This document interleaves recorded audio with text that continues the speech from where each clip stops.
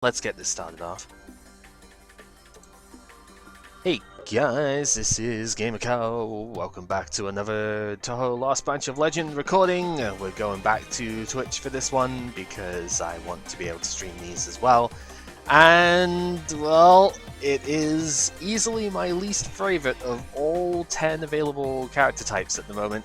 It is called Cirno, Cirno A. They reworked this and it feels horrible is the best way that I can put it, unfortunately. Her bomb still does the same thing. The bomb is actually really powerful. Effectively doing 27 damage to each enemy is really good. Unless Amulet gets in the way, I suppose, but whatever. The exhibit has been completely reworked. Rather than giving you a glacier at the start of the fight, it gives you an ice wing instead. And the ice wing does give you an extra mana for one turn. It's kind of nice, but it effectively just gives you an extra blue card out of the deck, which isn't always even a good thing, but most of the time it is, right? It does bottom deck the other one, which is useful for a couple of cards that check the bottom card to like repeat effects and stuff. It's very nice if you've got Blizzard, for example, but it's not the greatest of cards out there, so it's a bit of a downgrade to me. It makes your initial deck less consistent too, because you're reliant on Ice Lance doing most of the big damage here, but Ice Lance requires the opponent to be cold, and the only way you get one to be cold is with Free Shot, which doesn't even consistently hit the thing that you want to make cold. So, yeah, just on the outset, character is a bit messed up compared to what she was before, and unfortunately she suffers from what I like to call Sakuya, knife Sakuya syndrome in the past, where she kind of relies very heavily on two specific abilities to make her work. And if you don't find them, or if you don't find enough of them, you're probably not beating Sager. So this run might not even do that, which is unfortunate. Freeze Beam, I guess, could actually be kind of an interesting opening card. This is another one that looks at the bottom card of the deck and does the effect. Yeah, we'll take it though, but it does the effect again if your bottom card is blue. Cirno really does kind of rely on almost entirely getting blue stuff here for the most part, so you probably don't want to branch out all too often with this one, but we will see. When it's a singular enemy like this, Freeze Beam Sing isn't really going to do that much, and wow, we did not even draw any block here, so hopefully, nope. Don't even get access to it. That is depressing. Don't even get access to the hit here. Well, so we're immediately going to take like 13 damage that I cannot do anything about. Fantastic! If we drew the block, at least we would have taken only one, but like, this might as well be a run restart sort of thing by itself, right? Because, yeah, and this turn, because that's all we've got left, every single card is going to be a block card, and we don't need all of them, so... yeah, just taking 13 on the first fight with nothing I could do about it is not exactly a fun experience. But, oh well. Cold still works the same as it used to after, I think it was after the initial rework. This is the second time that Cirno's been like redone for this sort of archetype. I don't really like any of these. I know a couple of the Discord people really like Rainbow Dama Fidupion. I don't love it, to be honest, because I do think it is very expensive for what it does, but I get it. It can be a bit of a win con in its own right, so yay, but I'm not going to take it because I just don't like it enough. But yeah, the cold still works the same. The initial application of it doesn't do anything until the start of the enemy turn, but if you apply cold multiple times, then you get to do 18 damage for each application of it. And so you're like encouraged to apply cold as many times as you can per turn. But the problem is that doing so is kind of tedious with the particular stuff that we have at the moment, so it is rather awkward. Anyway, so this is a weird one because we again don't exactly have a lot of we don't have any real blocking options here. We're just getting extremely unlucky with our opening draws here. We're getting every single attack and then every single block at the end. What I kind of want to do is use the freeze beam, and I think I will, but this does have a good chance of backfiring here. So we'll guarantee knocking out him. Yeah, and it kind of has backfired a bit because we haven't actually been able to hit the one I needed to here. So we're taking one again, which is not great, but whatever. The other two are going to die to the cold here, so we don't have to worry about those whatsoever. But yeah, taking 14 damage that was like... Well, this one was kind of avoidable, but taking 14 damage in the opening 2 rounds here is really not great at all. Maybe we'll get the Mistier event and we'll get the heal afterwards and that'll be fine, but it's just terrible luck. Sometimes you do get that at the beginning of these. Reclusive Sage this early on is definitely interesting.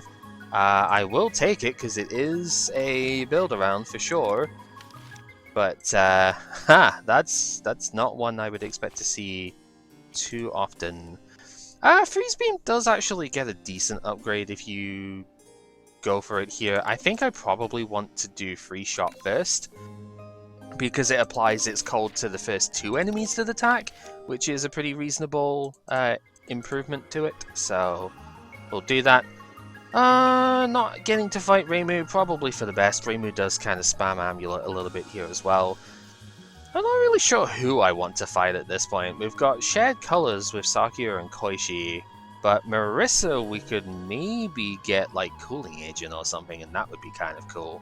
We don't exactly have the mana to get her main potion stuff though. That needs like double black mana, so might not be worth... I mean, the red mana one could be reasonable too though, so I'll fight Marissa. Marissa's probably the easiest of the bosses at this stage to fight once again.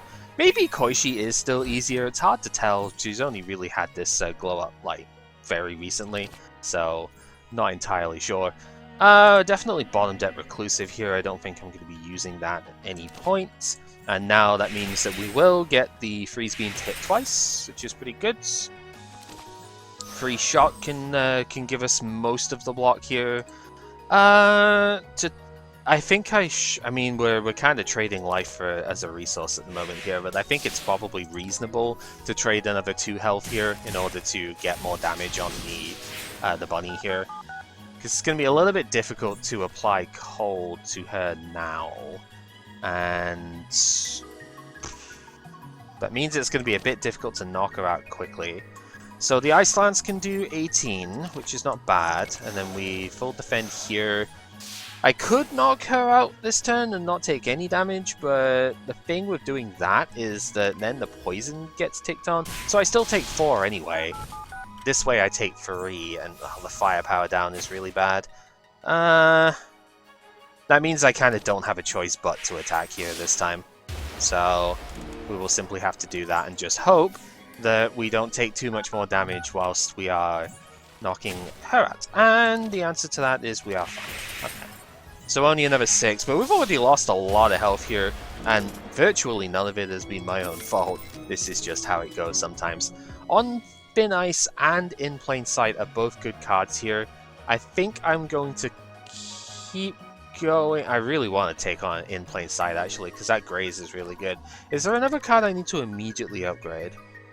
Not really. Let's take In Plain Sight, because that one can get upgraded to give us 2 Grays and 14 block, which even though it's a bit expensive, it still gives us like a full setup there. Black Lotus is really powerful. Ooh, definitely liking that. So we will get ourselves this In Plain Sight upgraded. Gains us 2 Grays, 14 block is enough to deal with most attacks that we'll be working on here, so that's going to be quite good. Let's see what the Ice Wing can give. It can give Freeze Beam. We have enough defense to survive regardless, so this should be pretty good. And yeah, let's go ahead and use the bomb to freeze him up. And I think we want to knock out Luna because Luna's block, the grazing, is pretty annoying for our setup here. So these two are actually both going to get KO'd now, thanks to that. So Very helpful. This will do 18, and it's actually an FTK, because the cold is going to knock out all 3 of them in this turn. So you can see with the setup, if you can get enough cards to do it, we already have like a pretty solid idea here, right? Dango's going to be really good because we do need to heal back a little here. It's not much healing at the end of every fight, but it is something. Gift of Nature, kind of good, but I think on Thin Ice is what we want here. Beauties of Nature could have also been good because extra mana is always strong. Shame we're not going to get the firepower, but that's fine. But honestly, at the moment, I think it is better just to take what we can in terms of our like damage measures here. So we'll simply do that. Alright, so we once again need a block. We need the block card here, and we don't get it. So we are taking too much damage again, without any way of being able to deal with it unless I bomb. And if I bomb here, then I'm gonna be too far behind. So it's really not good. Okay, let's just go ahead and do what little we can as far as damage goes then. This is accurate at the very least, so I can get the last point of Graze choked out there. So we'll get the damage and the cold, and then we'll Graze, like get rid of the Graze on this one. It's not enough to KO him, but, you know. So once again, another 6 and the 3 here, so like another 9 damage being taken for nothing. Just, really unfortunate set of draws so far.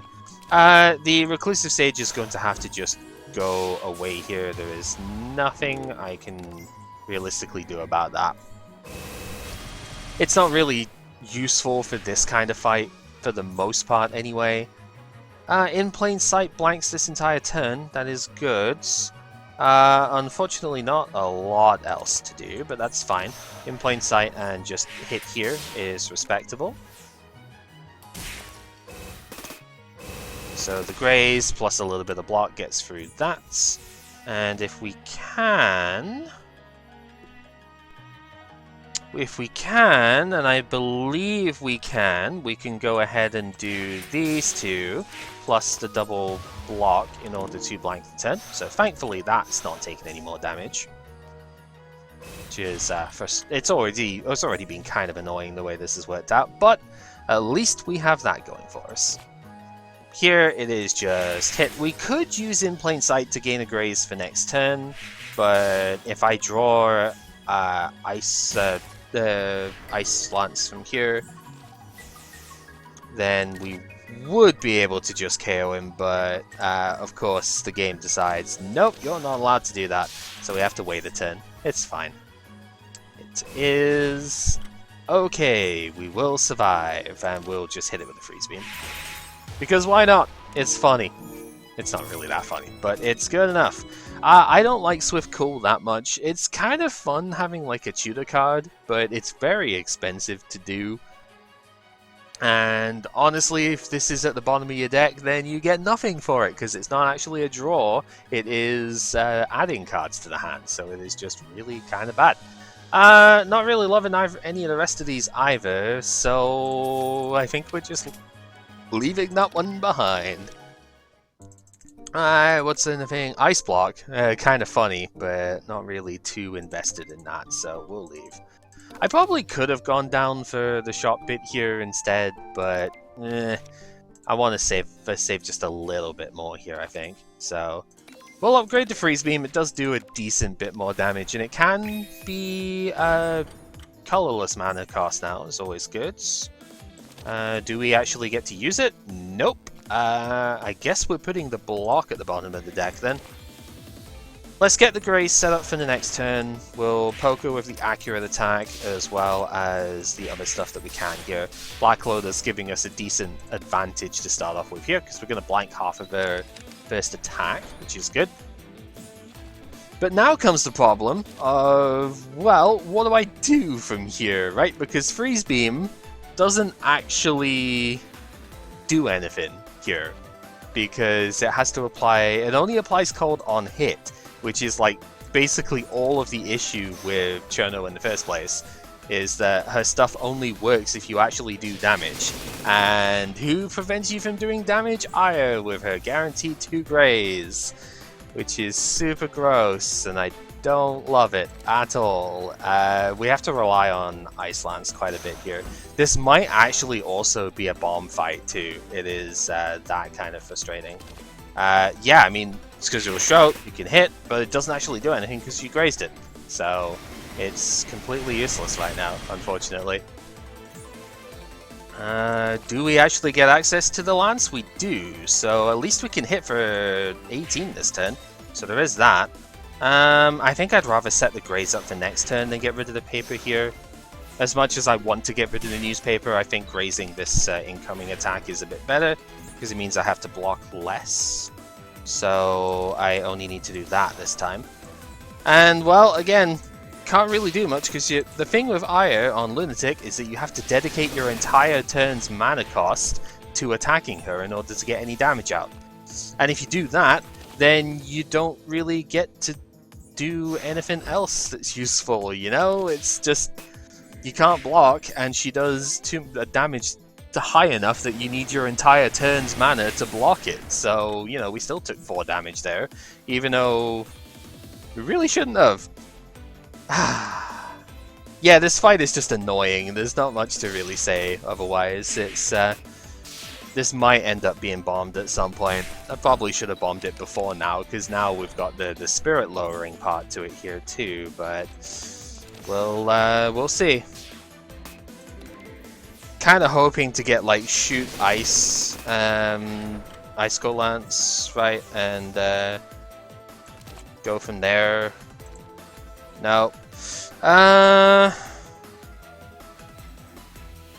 Yeah, this is irritating, because I can do a decent bit of damage, but if I don't bomb, then we're basically screwed.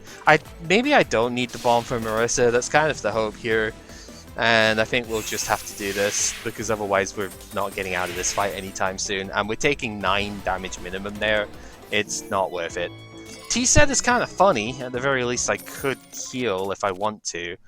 And here's our first one. I mean, I really wish I could get Tiny Glacier and upgrade that as well, but Absolute Zero is Cirno's form of Dangerous Illusionist.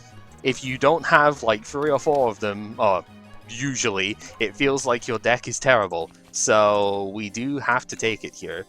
It increases the multiplier of your cold damage. So applying cold on an already cold enemy will now do 27 if I get Absolute Zero to work. So that's the idea. It's obviously a really powerful card. You just need to be able to get lots of it, basically, because it's one of those cards. Kind of needs to be spammed in multiples, otherwise it doesn't do enough. Alright, so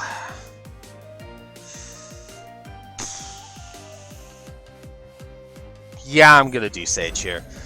It's risky, obviously, because I'm taking 14 on this, whereas I probably didn't need to, but I'm going to fire Sage, and it's a really good start here for it, because the False Moon now lets me copy Ab-Zero, and I can't do that a second time, because abilities do get treated as copies now, but that means I get to get the multiplier set up already, so it's going to help in the long run. And you know what? I'm going to apply it a second time here, because I really just want to... I'm taking 4, but I really want to make sure that I get the damage there where I can, because I don't have the bomb in order to facilitate it later.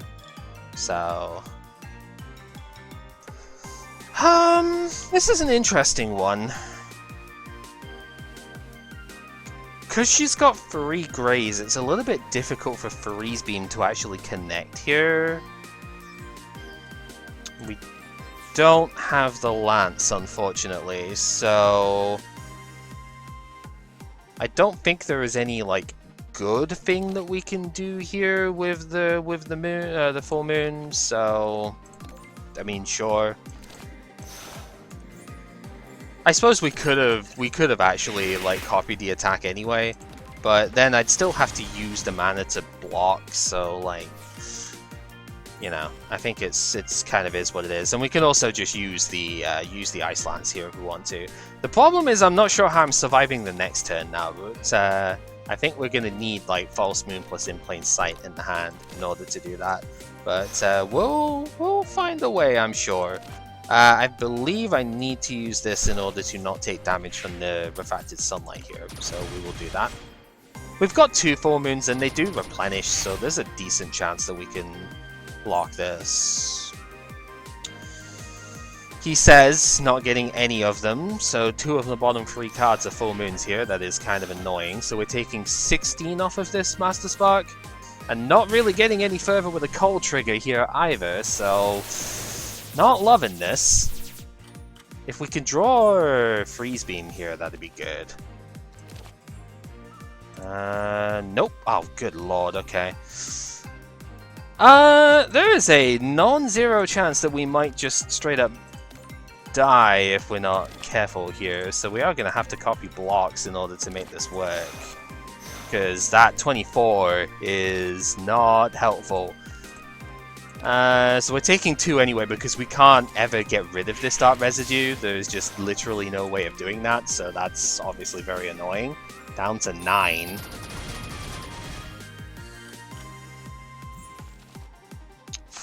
Well, okay, at least this time we have Freeze Beam, so I don't think we can do...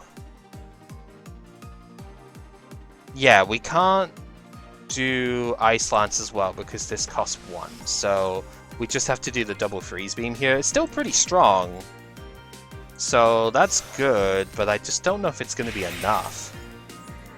So we do the 16, get the 36 off the cold, but now what? You know?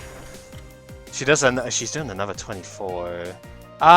We can block it. We have the full turn to do that, so I guess there is that going for us. She's not using the spell card immediately, but I think that's like 2 turns away.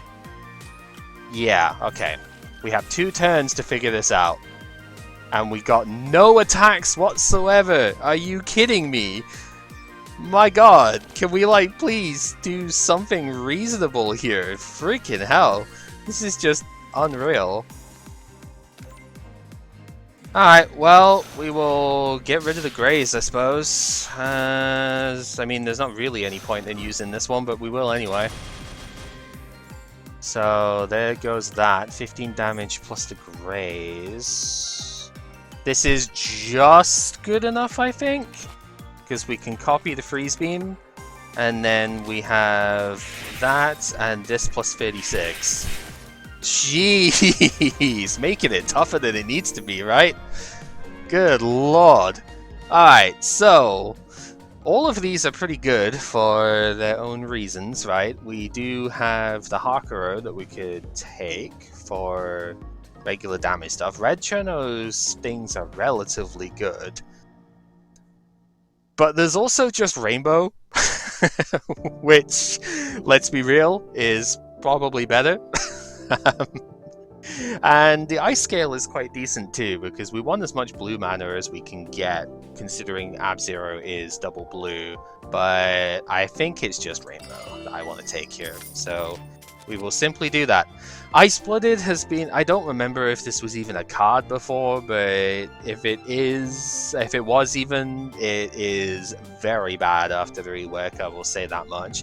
Ice Lance is doing triple damage is great if the enemy has gold, that's like cool and all, but it's only for 1 turn, and you're spending 5 mana, 3 of which is blue, to do what, right? You've still got to be able to put cold on the enemy with the rest of the stuff.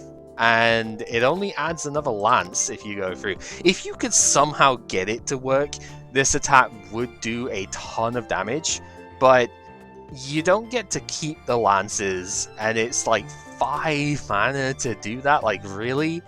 Card is completely awful. Heavenly Water Miracle is like fine, because if you upgrade it, it costs a hybrid card thing, which is like cool, I guess. 1 mana, draw a full hand, and getting 8 barrier is like decent. It's not really like that great. And Gift of Nature is good, but I don't think it's the kind of card I really want here.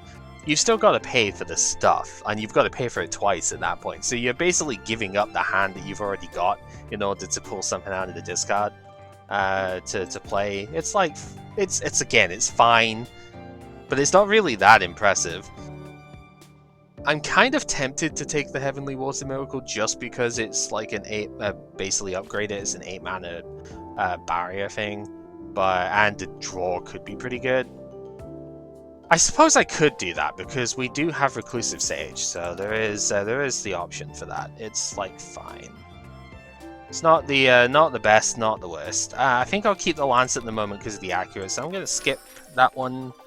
And we're fighting Tenchi. Okay, we still haven't fought Yuko on the recording stuff yet. She has been buffed, so it would be nice to be able to show that, but haven't quite gotten there yet. That's fine. Okay, so we can guarantee the bottom card is blue with the Ice Wing, which is reasonable, so that now Freeze Beam can apply its effect to both enemies, so that's always good. In Plain Sight can make sure that we are relatively well defended, which is always good here. Do we want to see... yeah, we do want Ab-Zero here, because that will do 27, and now the Icicle Lance goes there. Ice Lance even, and we win by cold damage. So, you can see, at least on regular enemy stuff, like, the cold stuff is still really powerful if you can get the setup. An upgraded free shot. Well, I kind of do feel like I need a little bit more defense. I don't love this card, but if it's already upgraded, I will take it. It's fine enough. So, we do that. Junko! Okay, well, the fact that we took the rainbow instead of the blue actually works out quite well, I think, here, because I can purify the green mana and be perfectly fine with it, right? I can still just use the rainbow if I want to. So, that's pretty good. It means we do have more mana than we normally would have now. So, I'm okay with that. We still don't... I mean, okay, I could actually do Reclusive Sage and Ab-Zero on this turn. It's probably worth it too. Let's do that. So, I actually don't think I want to cast the on Thin Ice here. I think I want to just do that and just get the 18 damage off here. Because the key for this fight is taking her out as quick as possible, right? So, the quicker we get to do that, the better, because she does like 30 damage here. So, we'll just do that. And Freeze Beam. There's no multiple enemies, that's why the trigger doesn't happen here. What we really want is Blizzard for attacking, because Blizzard is probably one of the best attacks that we'd have access to here. Nothing too great as far as offense goes, but defensively we can just like copy in Plain Sight for a couple of times. She's going to do a total of 34 damage here, but if I get a bunch of grays, then the next attack is also just not going to hit. So that seems completely reasonable to me. Then we can just go there and these two.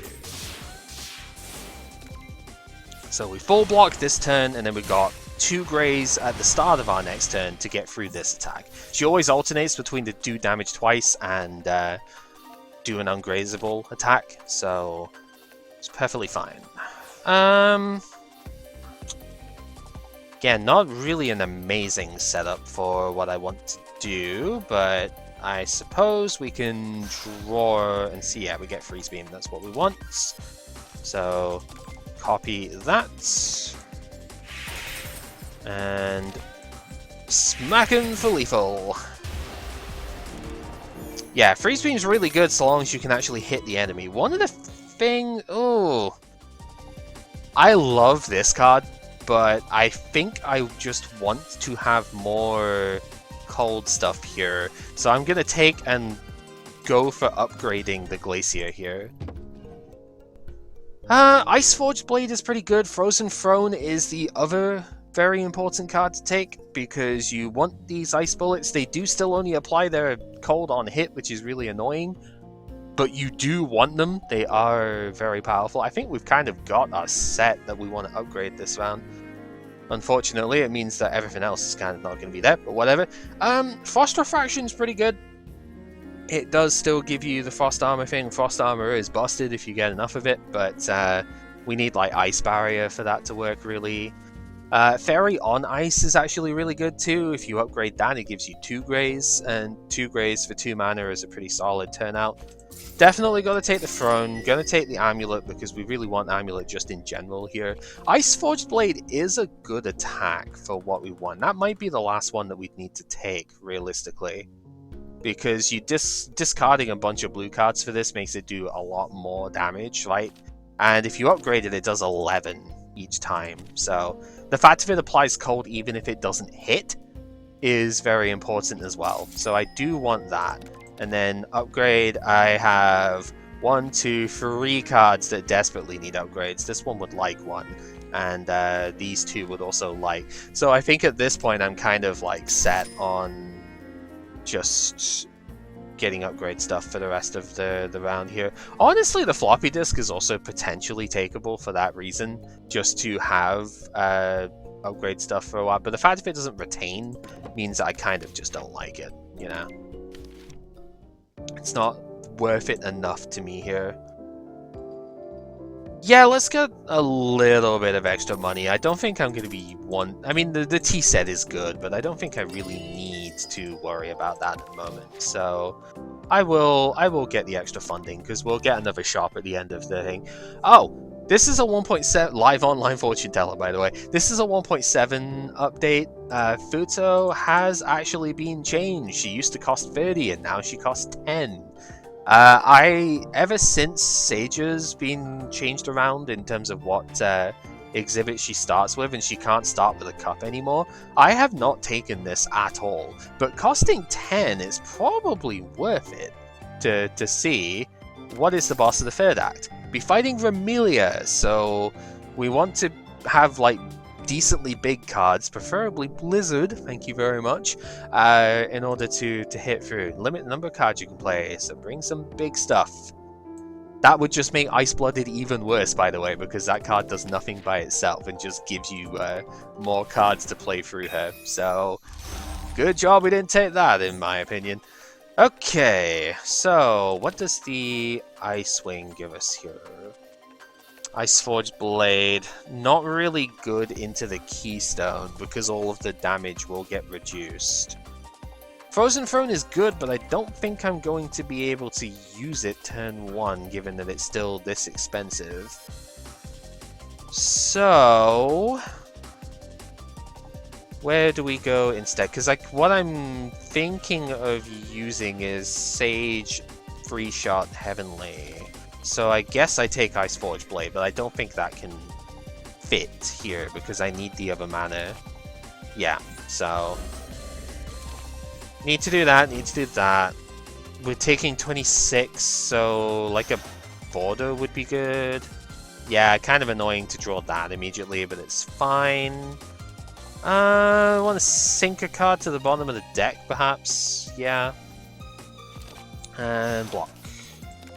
So we do full defend, which is good. Do get the cold triggers here, which is also kind of good. Freeze Beam is still available, but we did just put a different card, blue, not blue card on the bottom of the deck, so it won't actually trigger the second effect here, but we can just go ahead. Yeah, we can go ahead and just like KO this guy here, and that is important enough that it is fine by me.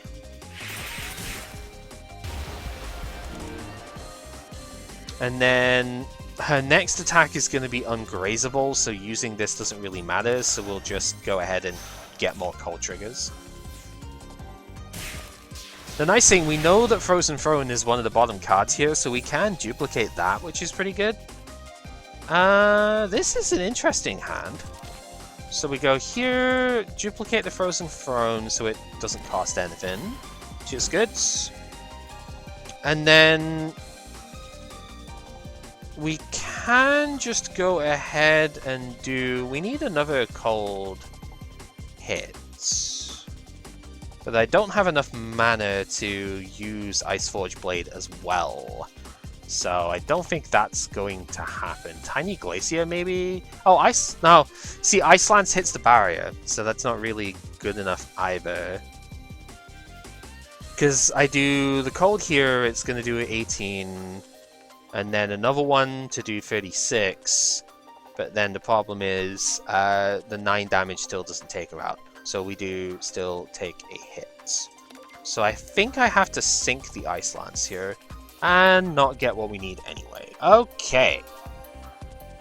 Unfortunate. We could have gotten an extra bit of decent bit of damage on the barrier at the very least. But no such luck there. So I think we have to just defend as well as we can. We take 7 here, but that's fine, I suppose. Discard this to do a bit more damage on the barrier. And do this one to sink the health a bit more. Off by 2. Oh well. Such is life with Cirno, unfortunately.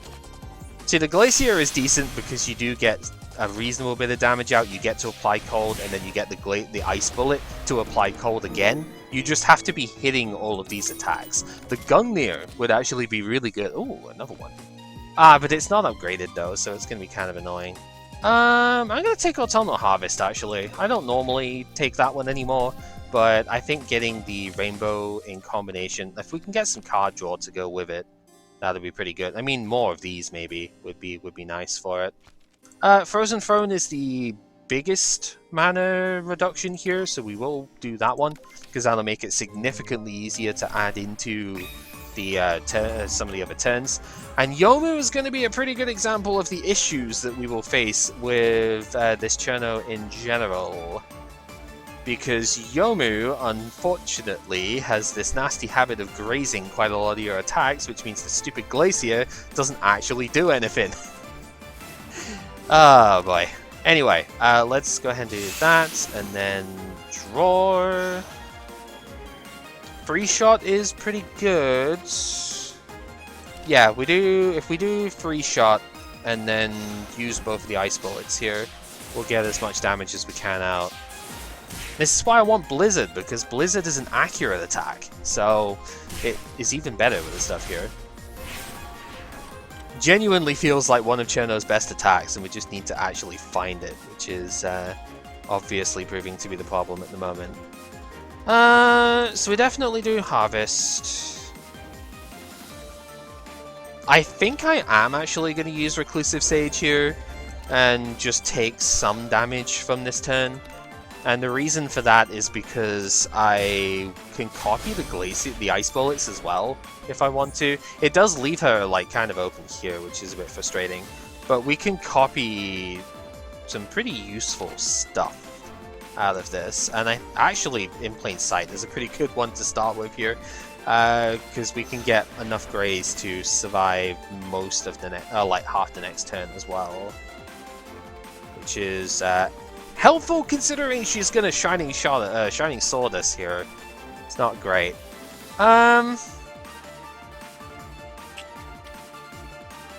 might as well use that Rainbow actually, because I am thinking of going here. We do 5 hits, because it does 2 by base. Each blue card you discard does an additional hit, so we get through all of the grays and still apply the cold to do this one. So that's pretty useful. We know we're gonna get the False Moon here as well, so we can duplicate whatever we want off of this. Thankfully, we only need to block 12 this turn, and we have the Freeze Beam, so that's good. Let's see what we get off of this. Yeah, it's Ab-Zero, and we can copy that. So, yes, sir. Put that to there. We're still taking 12, but maybe not, actually. Maybe this will just do enough. I haven't really, like, counted this out, but we do the 2 Ab-Zeros first, it does 36. And then there's another 36 off of this. And, yep, that does more than enough. This is absolute zero. It is just absolute zero, right? Tengu Fan is really good. It is an uncommon card now, so it is more, it's more accessible than it used to be, but it is the crutch that makes this entire archetype work. Ooh, Dreamcatcher. The Hayotoko mask is actually, the masks in general are pretty good with Frozen Throne Cirno because the ice bullets are actually attacks, right? Like the replacement for the Glacier. So they do count as attacks, which is really nice. But I think it's just gotta be Dreamcatcher here. And we can get rid of one of the basic blocks, I want to say, because it's not a blue card. So we'll just get rid of that. Ideally, I would want to like either convert or remove most of the non-blue cards as well for synergy reasons, but that's probably not happening here.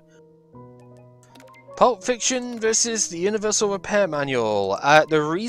So there's actually a really good reason not to take Pulp Fiction here, despite it being an extra card per turn, and that's because you're taking the bottom card of your deck, which Cirno wants for synergy reasons. So it's actually actively mediocre to take it here. I kind of want the shop option available, so I'm not going to take either of them, but yeah, you definitely don't want to take it here. It's actively awful for you. Okay, so what do we do about this?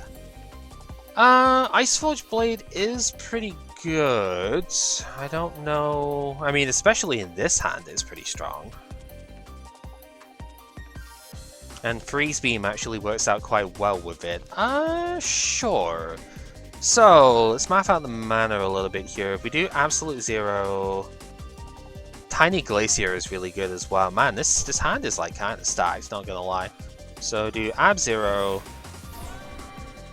It does eat up the amulet there, which is fine. Freeze Beam to do 27, gets the hit on this guy as well. I'm just seeing, so if I use Iceforge, do this, it's 8x4 plus 27? Well, 36 functionally with this, right? So I think we do still want to hit here. And then this one can hit this side to knock him out. And we just use this, discard the other two.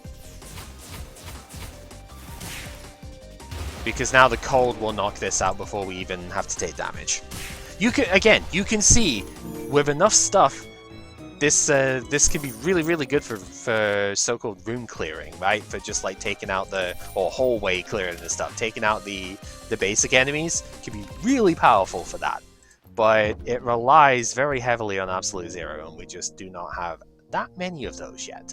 What we do have now, though, Great versus Tenshi, would be the robot model, so we can definitely get that, and continue along our upgrade path, which I think is going to be that one, to make its cost reduced.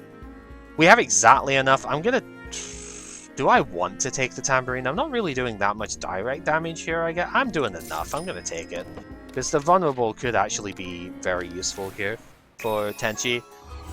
We don't really have that much scaling to combat her attacks, to combat her, like, her healing pattern, so I think getting vulnerable is perfectly fine here. This is another hand where it looks pretty reasonable to take the blade, so we will do that. Go... yeah, definitely free shot.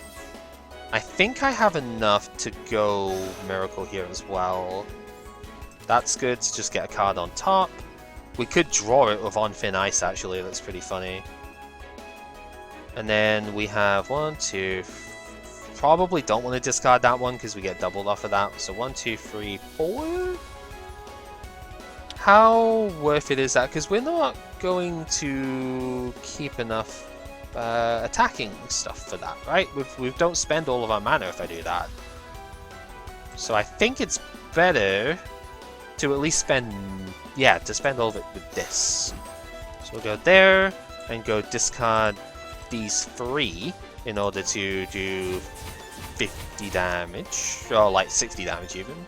No, it is 50. Discard 3, do 5 hits, and then we can double it with that and get the shoot because we can. And see, if we had Blizzard here, this would be so much more effective at dealing with the moves, right? But because they're going to be the ones who take the cold hit. Actually, both of them do, because we used it twice, right? Yeah, okay, that's fine. All of them take cold. And all of them will take absolute zero cold here as well, which is very funny. So that helps, because now these will die going into the end of the turn. And we're not playing Sage, because we don't have the mana for that, but what we do have is a way of full blocking the attack. I did not need to use that one. I forget that I have the Philosopher's Stone and it retains the rainbow mana. I did not need to use that that boundary there, but it's fine. I don't think I'm going to need that extra mana somehow, because we just do that into the Ice Bullet and it just KOs Kokoro anyway. So you can see just how much of a start difference it is now that we've got a little bit more stuff to trigger cold, right? Hinadol, really good, potentially fantastic for the events in the start of next hit, and another absolute zero. Alright, we are looking solid at this point. Just instantly upgrade that, and now Tenchi will take a lot of cold damage if we can get them stacked. Starting off with this is pretty strong, definitely happy to see that. Because now there's a good shot that we can get a lot of cold triggers off of that, so good stuff. Alright, I don't actually care for either of these on the first turn, I'll be honest with you. Let's go ahead and just put the blade into hand here, because we'll get cold trigger stuff going for later on. And then we are going to... I kind of want to do this so I can get cold on for next turn, but I think it might just be better to hit with as much as we can here. I'm tempted to save the rainbow mana, but I think it's also just going to be, hit with what we have here. The Tengu fan means we don't need to worry about defense in this opening turn, so we'll just swing with as much as we can. Because we want to get her to do a spell card in like 2 turns from now, and that's where we're at. And that is exactly what we're going to be able to do. So, because we had the Hakurai Amulet, we actually didn't get hit with vulnerable here, so I think we're actually fine in terms of defense too. Ab-Zero can trigger twice, which is really good. And then we go Harvest into In Plain Sight, and don't spend the rainbow this time, because we don't need to. We retain it with the Philosopher's Stone. Philosopher's Stone used to give you like 5 money, I think it was 5 extra money if you rejected cards, but it doesn't need to do that anymore, because that is a silly thing that should be relegated to other stuff like the donation box. So, totally fine with that. Actually, I'm going to sync the Ab-Zero here, because I want to copy that with a full moon. So, yeah, I don't need to do that this turn. Unfortunately, I don't have a lot else to do. I don't want to apply the vulnerable, because if I do, she's going to get flawless this turn, so it doesn't actually do anything for me. And free shot kind of wears off. I'm going to use this anyway, even though she does get a little bit more, because, you know, it is still healing after all. But it is technically damaged because we have firepower for it, so that's good enough for me. So now her spell card, like I said, has been kind of reduced, but oh, this is really cool actually. We've got double False Moon. Not really going to be able to defend against much of this damage, but I think that's going to be fine. So we've got 1 here and 1 on the Frozen Throne. So we can actually do all of this. And now we have 4 triggers of Absolute Zero, so this puts cold damage up to, what, like... It's 27 off of 1, 36 from 2, 45 from 3, so 54 every time that we apply cold more than once. We will do 54 extra damage here, which is just a little bit absurd if you ask me, but that is where we're at right now. Oh, we do have a free shot, so I guess that's not bad. Let's see if this will get... not really anything too useful. Can't use that this turn, so... Oh well. We didn't get to draw more because we had too many cards, but that's fine. Let's just do that. And we will leave it at that, I think. No, I'll use that. I'll use this to block as much as I can. There's no need to use the ice bullets, even though Frozen Throne isn't going to give us any more of them. There's no reason to use them this turn because she had Flawless on. So, yeah, now is when we could start doing the really fun stuff with this. So, we can False Moon, probably copy in plain sight, actually. As much as I want to copy the other bit, I think this is better. Because we go that, and we can trigger 54,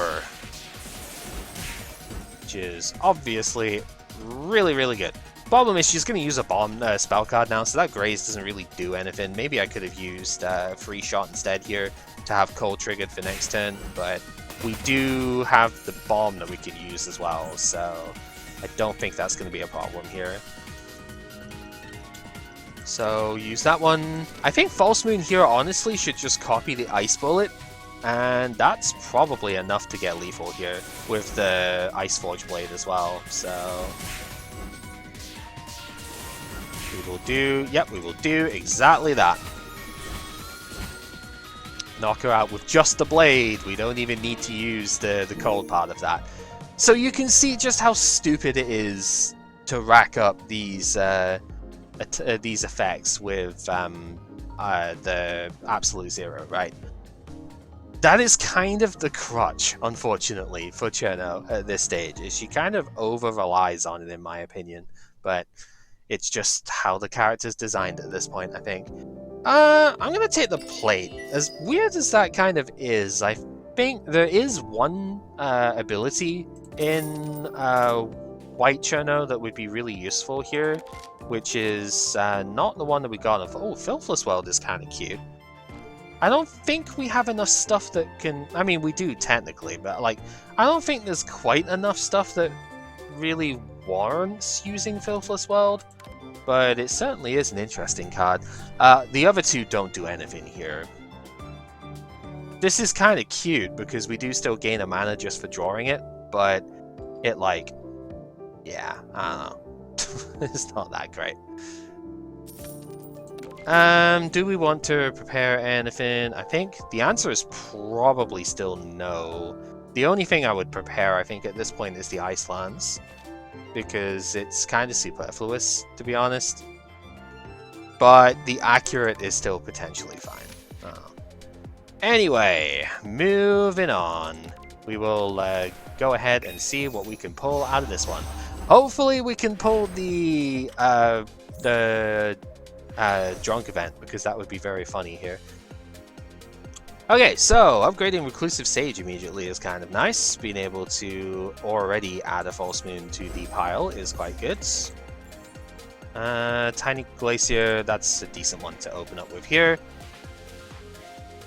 Because we can trigger the Cold, at least on the not Carnico, and grab ourselves a boatload of damage off of that. Seems perfectly good to me. Normally I want to knock out these guys first, and we are going to take like 6 off of this, but 6 and 16, yeah, I probably should have been a bit more focused on defense, but whatever. This particular stage does have a few healing opportunities, so we will be fine, because we just copy the Ab-Zero and just like knock them all out with this anyway. We even get some extra health off of him regardless, so it's all good. It's all good. Sea of Tranquility, pretty reasonable, but not exactly what I want. Although adding a splash is kind of nice, but the problem is we're fighting Remelia, and so adding another card that way doesn't really feel very good, so we will skip that. You again! Well, you know what? False Moons can copy these things. So Reclusive Sage might actually be really good here if we draw it early enough. Oh yeah, if you manage to upgrade the Ice Wing, it gives you 2 mana instead, which is kind of cute. I guess we'll take...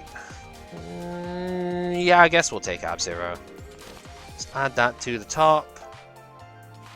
I mean, I'll I'll fling it anyway, because I kind of want to draw more cards here, so it's just like spending a reasonable bit of what we've got, and then draw 8. Feel pretty great. Alright, we did get Reclusive Sage, that is nice. This can just get fired, so it's out of the way. And yeah, we'll get the first one cleared, I think. And might as well get the Glacier started off here. So, let's see what we're going to do for the rest of this. It is going to be in plain sight for defense this turn. I guess that's respectable. Not really a whole lot else to do, unfortunately, because we're still suffering from the terrible draw luck option of this stuff, but whatever, man. Whatever you want to do. Whatever you want to do. It's fine. Get the in plain sight. Just use the Glacier stuff because it's still going to do like the tiniest bit of damage here. And I really do mean tiniest bit of damage, but you know, technically better than 0 damage. So we'll just fire off the stuff here. Could have maybe used like in plain sight twice there to get defense for this turn as well, but I don't believe it should have been that big of a deal. It kind of almost was, but that's fine. Copy one of these to make it basically cost 1 instead of 3, which is pretty useful. And defense, I guess. So you're doing 24. Of course, we drew like basically all four of them in a row there, which is just perfect, right? Exactly what you want to see. Okay, so we don't have any cards left in deck, so On Thin Ice isn't going to do anything, so we might as well, if we're going to cast that, use it for Ice Forged, which is respectable. We can do a pretty good amount of cold damage here, so that's fine. Definitely copy the Love Letter? Sort of want to, but like, do we have to? Because if I copy the Glacier, like, I'm thinking, can we knock her out this turn? If I copy Glacier to get more cold, but she's taking 40% less damage, that's going to be kind of hard to do. Because I'd have to spend 3 mana to get it down to 20, and then all of the Glacier stuff just takes up the rest of the mana. I can't use Ice Forge Blade at the same time. So I think it's probably better to just use that one. And then see where we get to. I don't really have a defensive option this turn, but we can bomb if we have to, so... Which I think is going to be the case. I'm pretty sure that's not even going to be close to enough, even with the bomb, unfortunately. But, yeah, no defense this turn. Maybe could have gone for it last turn. Is it worth bombing then? No, not really. It's what I find with bombs all the time and stuff, and I'm already getting, like, beat up something fierce here, which is not great, but, you know, we're fine. It'll work out, because we just do this now. Reclusive Sage is, like, absolutely nuts. What can we say? Just does so much. Yeah, using the bomb would have been a waste, so... What else can we do? Nothing too useful. This would normally be great, but we're facing Romelia, and I don't really want to take extra cards, so we're not going to do that. I think I'm just going to go for this here. This is fine, because we gain an extra 16 health for basically no cost. So that's fine. That's a bit of healing, basically. Pretty useful. What do we want to upgrade? Probably the Ice Forge Blade, because we want to be able to do as much damage with it as possible here. Alright, anything useful? Well, you might get that. But something tells me these cards are not good enough to use with that. Stunning Summer Ice is kind of good if you have like 3 or 4 Frozen Thrones available, because being able to basically play those as like 4 of your cards is pretty good. But unfortunately, it's not good enough to spend Muns on, so we're not going to take it. The only shop here is with a non-elite combat, and I don't want to have a non-elite combat. Do you have what we need? No, but the Peony is actually somewhat interesting. Problem is I don't have enough white mana for that to be useful. Bleh. Bleh, I think we just leave. I don't want to lose much more health than what I already have. Because I've already been taking a hammering here. What we're kind of hoping for, I think, at this point is to see medicine near the end of this, because that would be very helpful right now. Ab-Zero, pretty good. We will start with that, sure. We do need to block a little bit here, so we will give them just a tiny bit of stuff with it here.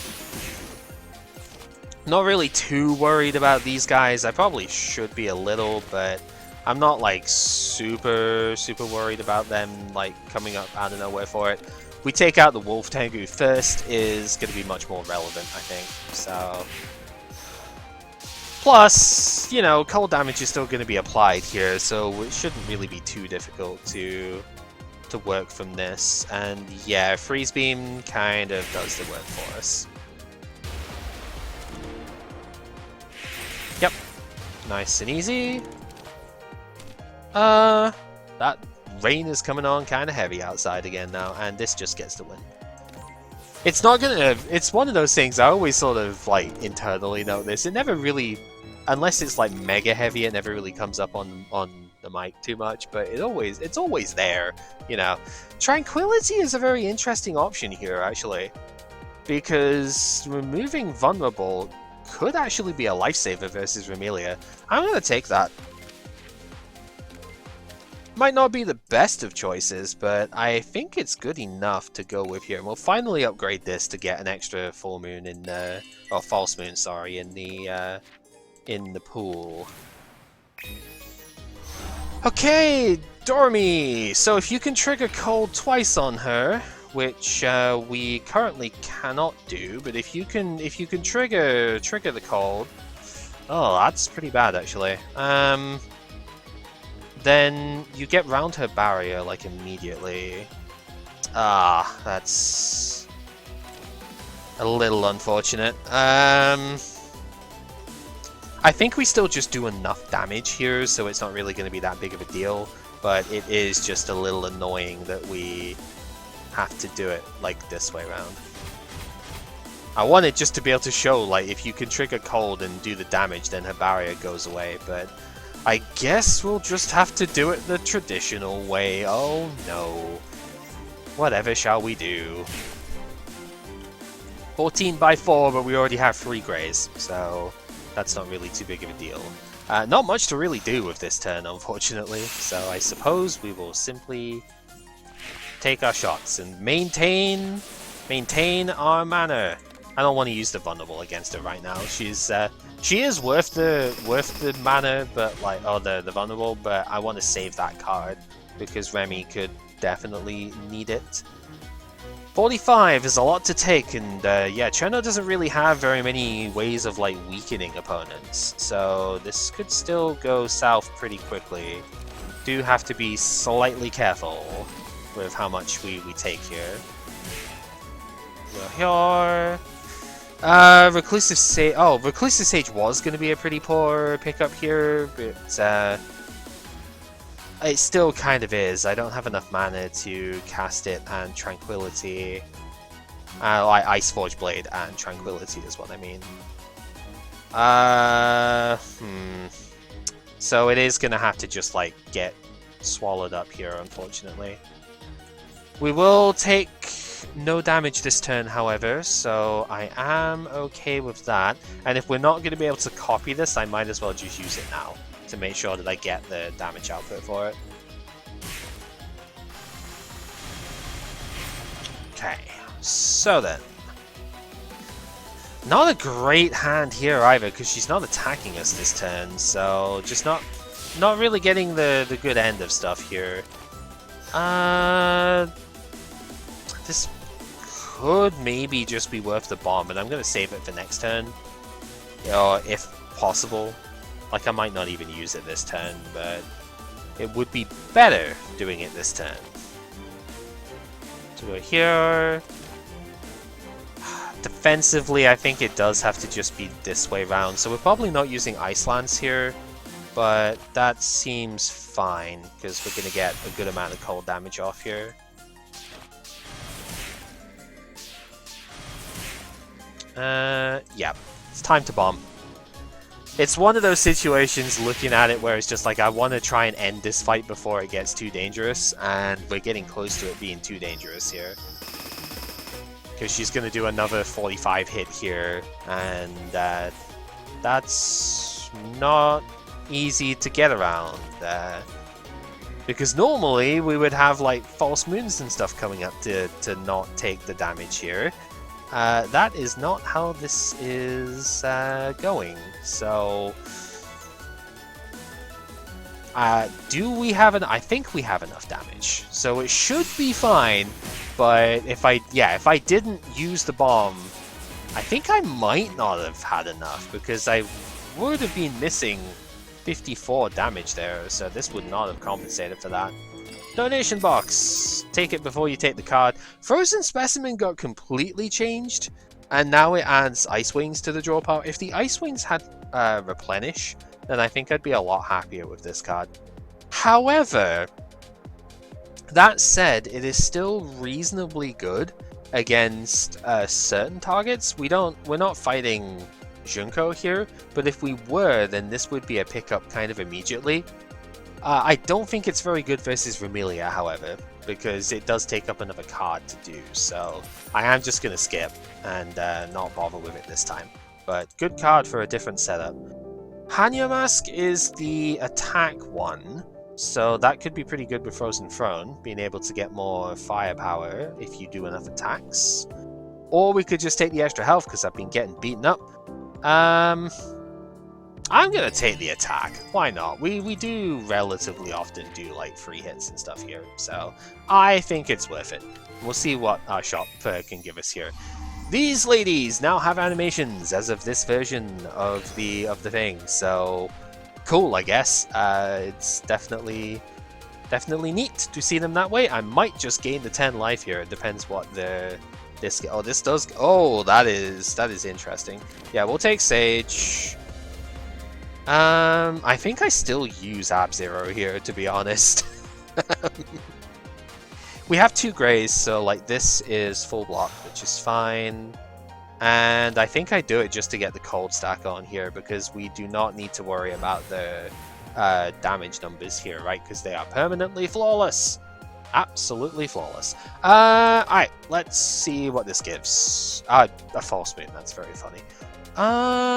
Let's sink it. Don't think I need it this turn. And the tips bag. It's normally I gain the barrier here, but I am kind of getting, like I said, kind of getting beaten up a bit here. It might be worth taking the light. I think I'll just take the barrier still. I don't believe I need the shoots here because Frozen Throne will, I mean, it's at the bottom of the deck at the moment, but it will get there for us. So we will be fine eventually. And luckily, our cold triggers will actually help out quite a bit here too, because we get just more damage out every time. So like we can sometimes do 2 damage effectively instead of the just a straight 1. So that's always good. So 8x2 is 16. We can basically full block it. Well, we can full block it with these 2, so that is completely fine. So that means we can copy this, which is good here. So let's do that. And trigger as many of these as we can. Ice Forge Blade will also be pretty good at some stages here as well, because it will be able to do multiple hits, so that can absolutely happen at later stages here. Freeze Beam is good. Did I bottom deck I bottom decked the False Moon, so Freeze Beam will still do good stuff here. So we will do that. Get some extra damage out. I think I will go ahead and do things this way. So I want to be able to get Frozen Throne and False Moon in the same hand. So we will do exactly that. We have enough. If I use the barrier here, we do have enough to be able to take this as well. So this will be fine.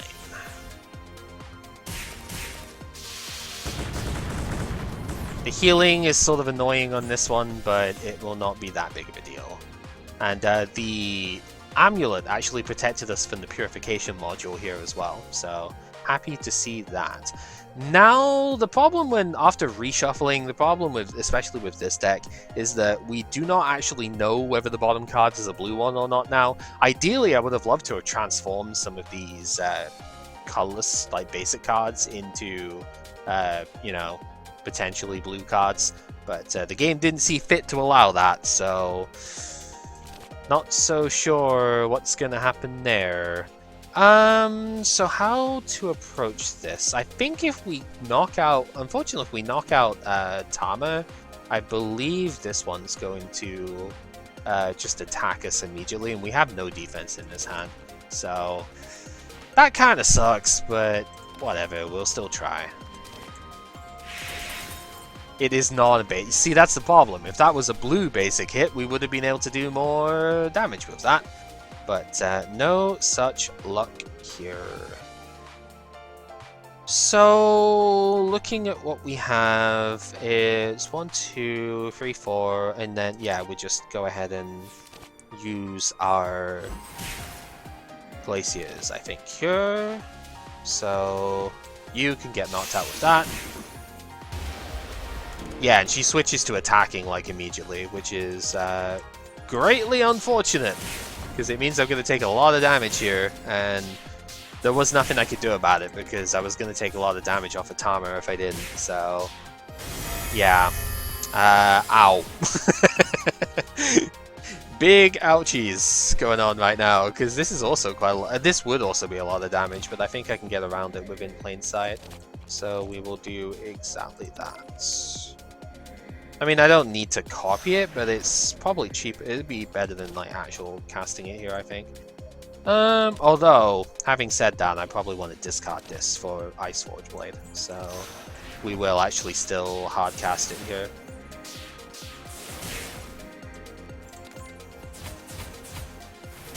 Get as much damage out of that as we can, because this turn we do win with the glaciers that we're picking up.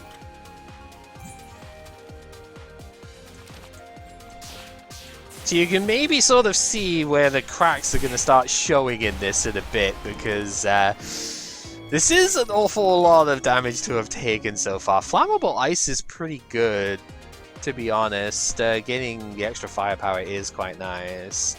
It sort of doesn't play super well with Glaciers, but it does work really well with Ice Forge Blades, so I think I will take it.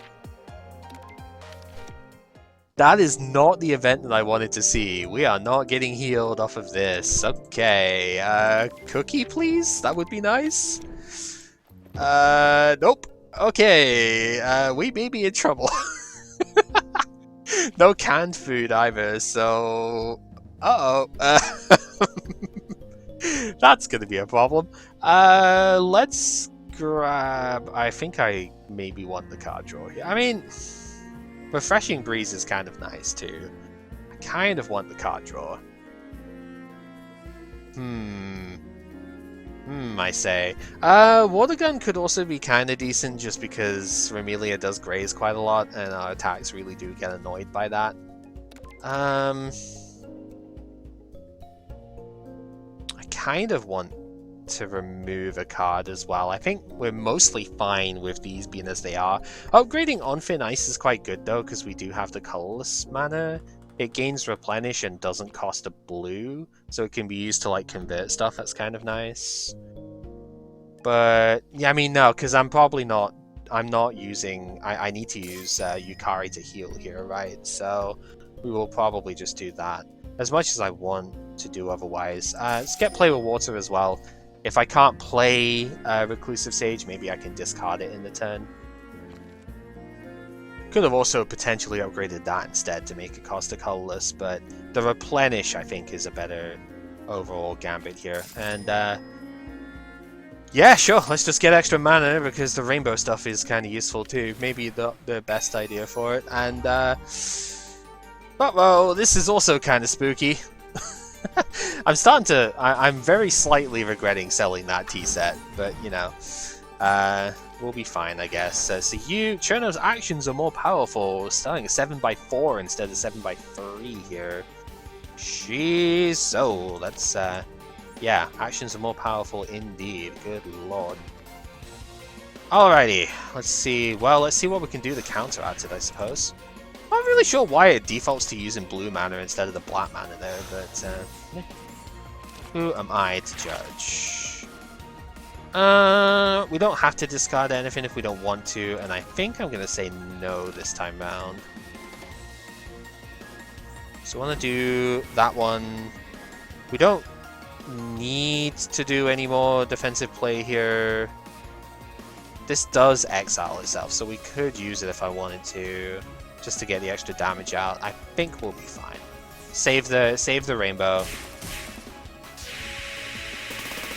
I don't want to draw Reclusive Sage when I don't have mana left to play it, so that's mostly why I left it as it is. We got a solid defensive hand. Can't really fault that at all. So we will take that quite handily. Use those. That gets us our full block, and then Ice Lance on you. Definitely do want to take out Cirno as quick as I can here. I'm gonna save the rainbows. Doing 12. I mean, I could do 12 more, which is great, but considering the rainbow mana would be more useful if I draw that, then I think we are better off there. Oh god, this is not good. I'm taking 20 off of Shiki and there's nothing I can do about it. Oh god. Uh-oh. Yeah, that's really bad. Oh dear. Well, I mean, at least we can gain 5 firepower. I suppose that's something, right? Oh no.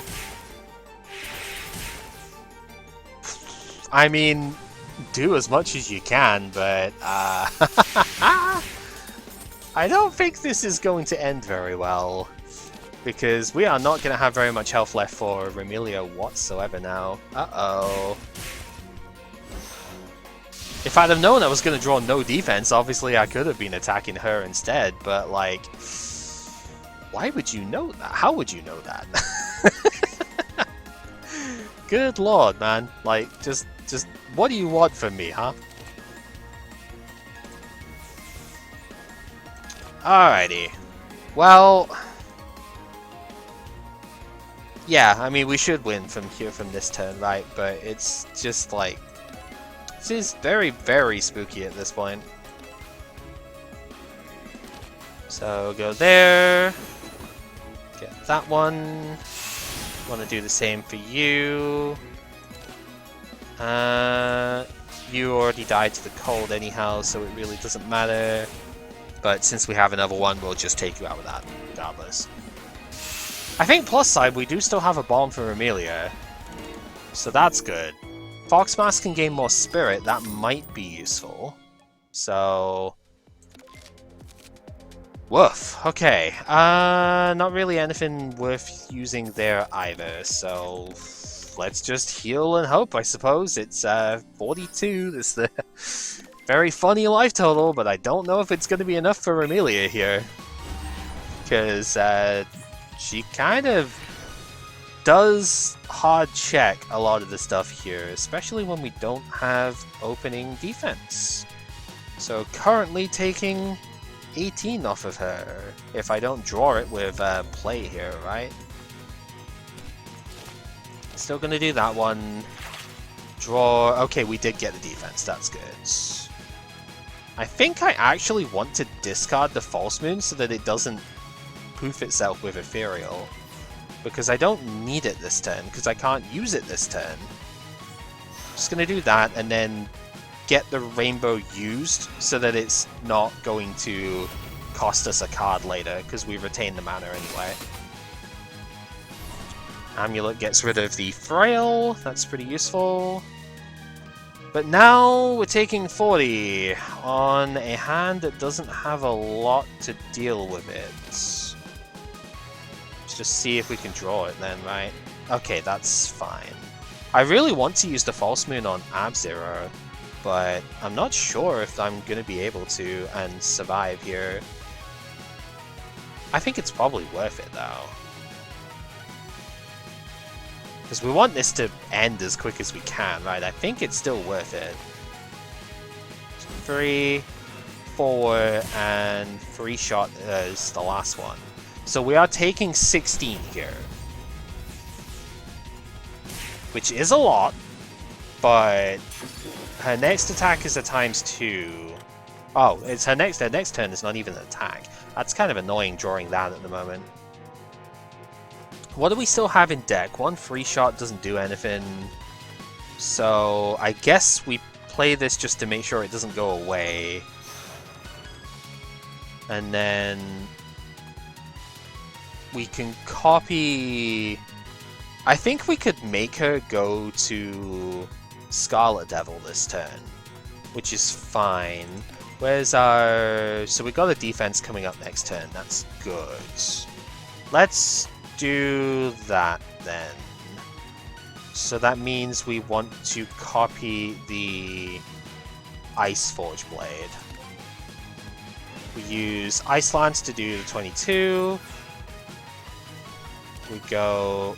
This one, just do the 2. Maybe I can't get it to do it, but I feel like I should be able to. We've got 1 card left to play, and it is obviously the Ice Forge. So we do 6 hits there, and then another 36 on the cold. Do I have to bomb in order to make it go to Devil then? Probably. Yeah, let's do it. Means I only have 1 bomb for Sager, but I'm pretty sure, yeah, this should get down to it. Do I discard the Ice Wing, actually? Do I need to? Gotta work this out real quick. So the cold will do 36. So she goes down to 329. And we do 2, 3, 4 times 13 if I don't discard the Ice Wing.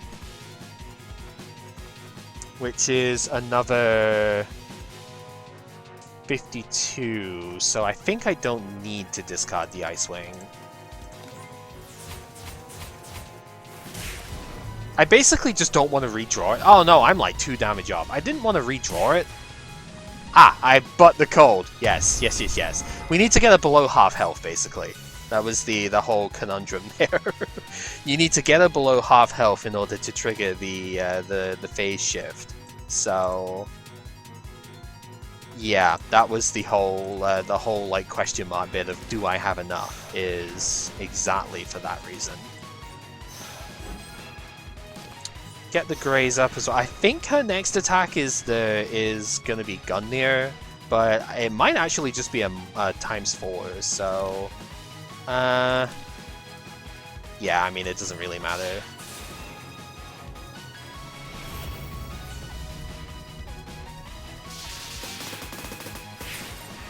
Yeah, it's the ×4. Okay, that's fine then. So the Graze is useful, is where we're going with that. I kind of want, like, Frozen Throne, because I'm sort of missing not having those attacks yet. But I don't think I'm getting there this turn. I think what I kind of want to do...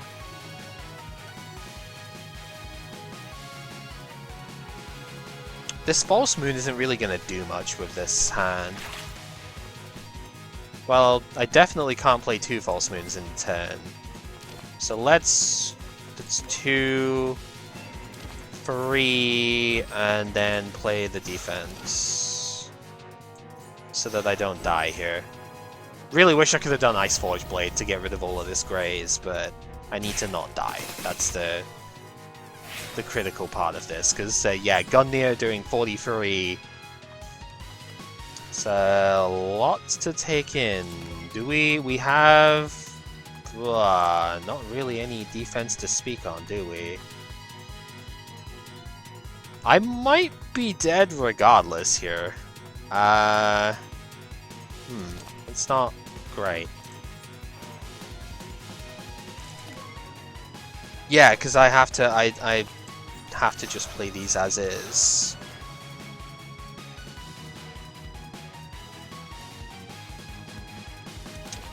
Gain firepower, use the lance is probably correct here. So I don't think I'm surviving this. I think I've misplayed this one a little bit, but we'll see. This is not a copy yet. Okay, we might have a chance. So Ab-Zero stack.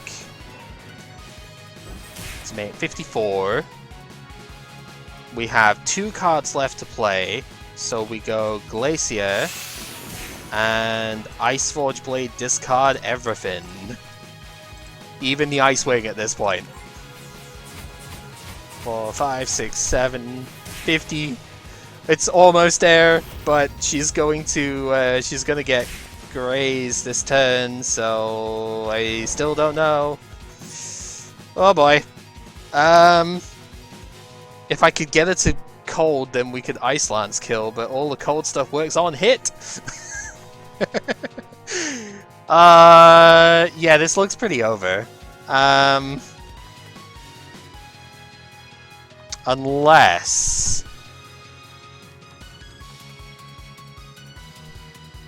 Unless this is enough. If we go expend these two, yeah, that's enough, isn't it? Yeah, we go 1, 2, that gets grazed. This is accurate, so it punches through the last bit of graze. And then the final one, the cold trigger. The last possible turn with the last possible card for like the second time out of all of this. But Cirno survives, so she is eternal apparently. Alright, we did make it, and we do get a gun there. Yeah. Make sure that everything hits. I mean, Sage doesn't really do graze, but make sure everything hits in case she does the other bit. The Data Sea Split is an intriguing card. But it's fiber jars, but also gives you like 7 cards. And if you upgrade it, it retains something, right? No, it gains more mana back. Right? Okay. It used to give you a retain, but now it just gains more mana back. So yeah, we'll take that. It's pretty useful. Okay, so with the second very, very close call going on here, what can we get out of the final shop? Absolutely nothing of use. This would have been insane, but I didn't keep enough money for that because I figured I would need the tools. And, well, I didn't use the boost shake yet, but or the gun actually, so maybe I didn't need those. I could have had this instead, but oh well, I didn't. So be it. I think I want to upgrade Play with Water and the Data Sea Split, so as much as I want to card remove here, probably best to go those two, and then I'm going to take the tools. And heck, everything else, I suppose. There's not really much else to... I guess Servant Lightning Strike is pretty funny against the static, the like, first turn type stuff. It is a big amount of block, too. Yeah, whatever, I'll take it. Is it necessary? Probably not, but is it funny? Yeah, it's pretty funny. Yeah, so we'll just upgrade that one still, because I want it to cost colorless and not have to discard. That is the other thing. And we'll see where we go from here. It is the bow for like the 3rd time out of 4 or something so far, I think. That's hilarious. Alright, so... Does static charge work on all...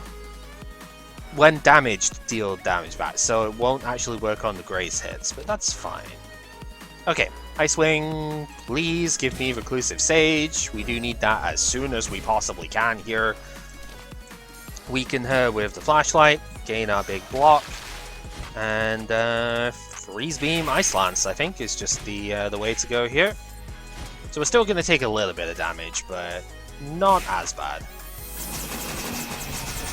And she does get some recoil damage here too. Take 6, it's fair enough. False Moon on the day the C-Split would be very funny, but it's obviously got to be Ab-Zero that we take here. Thinking on how much I wanna... when I want to use these... I think we're going to go... stack the Ab-Zeros first, and then go for this. Now the day the C splits. Do we keep that? Because we could keep it if we want, I suppose. Why not? We don't want to redraw that one, right? So... Interesting hand indeed. Let's supply the vulnerable. Definitely just stack the mana because the rainbows will persist. I think we copy Servant Lightning Strike here in order to have a big block that doesn't cost us here. And just swing a little bit. Could do a little bit more, but then I want to keep the rainbows. So we'll just use the water gun instead here, I think. Yeah, no, I probably could have done this in a better order thinking about it, but I'm just seeing, yeah, I can actually just get the attacks going and use it that way. So we'll gain our firepower and our spirit here. That's probably more important, if we're being honest. Okay. Underwhelming, to say the least, but that's fine. We'll have a graze for next turn at the very least, so that's okay. And I think 45 for damage here is perfectly acceptable. We'll just do the damage that we can. End it at that. Still keep as much mana as we have available. Because we're getting there. It's the pyramid! We can only draw up to 10 cards a turn, which includes our opening hand bit. And any more that we draw once we play this will cost us 2 life at a time. A little bit annoying, but not the end of the world, I don't think. The Radiance is probably more annoying, to be fair. Okay, let's just keep hold of these as is. We will False Moon the Frozen Throne, because that's going to give us the best overall returns here. So we'll fire that, and the other copy of it here. Flammable Ice is also probably pretty good, so I wanna get that going. Gain more firepower, and now I think I start blocking a little bit more. Yeah. So how many cards? We can draw 2 cards before we take more damage here, and we have 2, 3, 4, 5, 6. So 5. So we'll take 6 damage for doing this. No, a bit more than that by the looks of it. That's okay, because we get to copy this and full block completely, which is respectable. Ice Forged is pretty good. We'll take that. Take that for 2 life. Except I can't play it, so you know, whatever. Shouldn't have even bothered. Forgot how much rainbow I'd consumed there, but okay. Not that much of a deal, I don't think. Deal breaker, even. The status condition stuff is where it gets like really annoying, right? To deal with all the stuff here, and oh, that really sucks. There's basically no defense options here. Oh, indeed. Oh boy. Okay. God, that feels bad when you are seriously considering using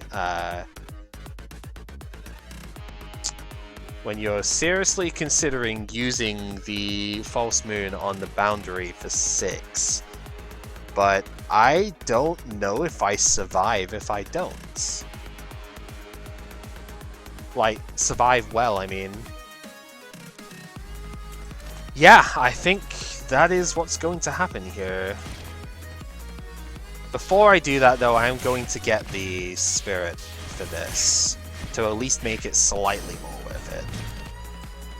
But this feels really bad, not gonna lie. This is the sort of turn that you really don't want to see, because that's so much extra damage there. Luckily, this is on her off turn, so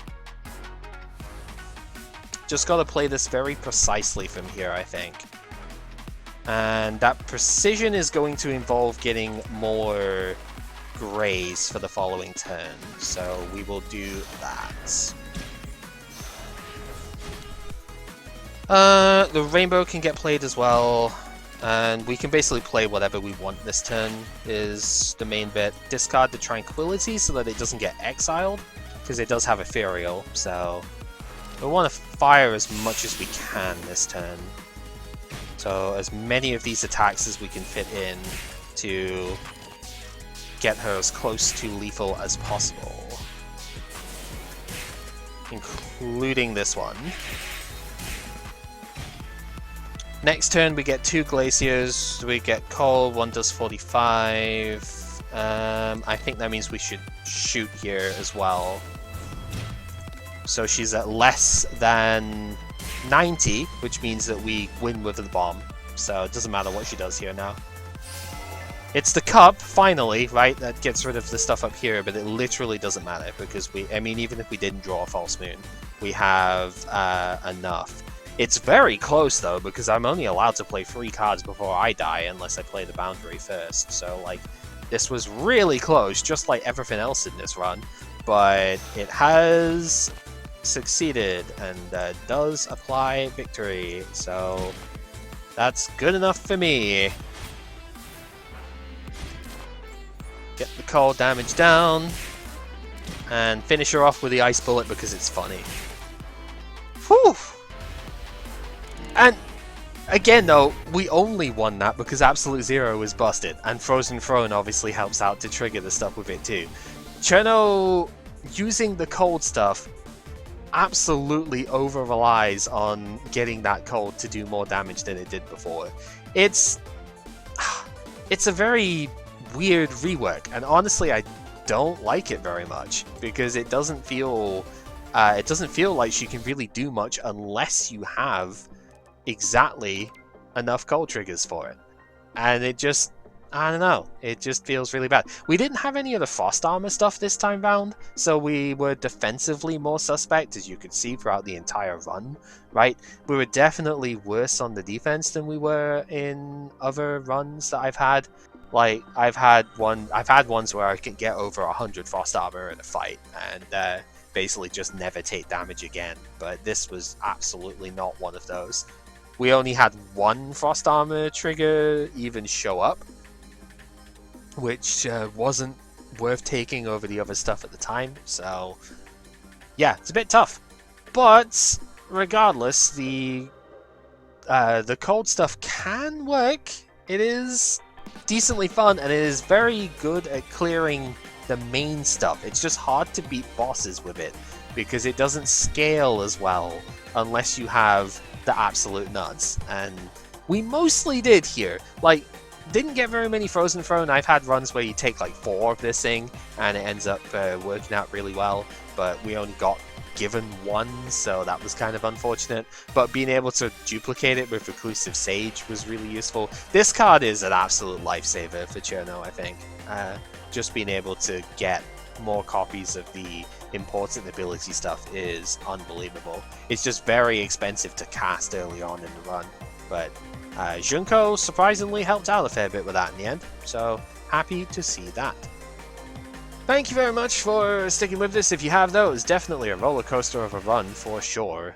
Very intriguing to see so many bosses come so close to defeat, but it was a good one nonetheless, and yeah, you can see maybe why I don't like this particular archetype that much, but it just about made it work, and that's as much as we can ask for. Until next time, when we have a reworked Koishi come on in here, and that one could well be a lot more fun, because stance dancing is a relatively interesting archetype. So we'll see how she has been changed in the next run.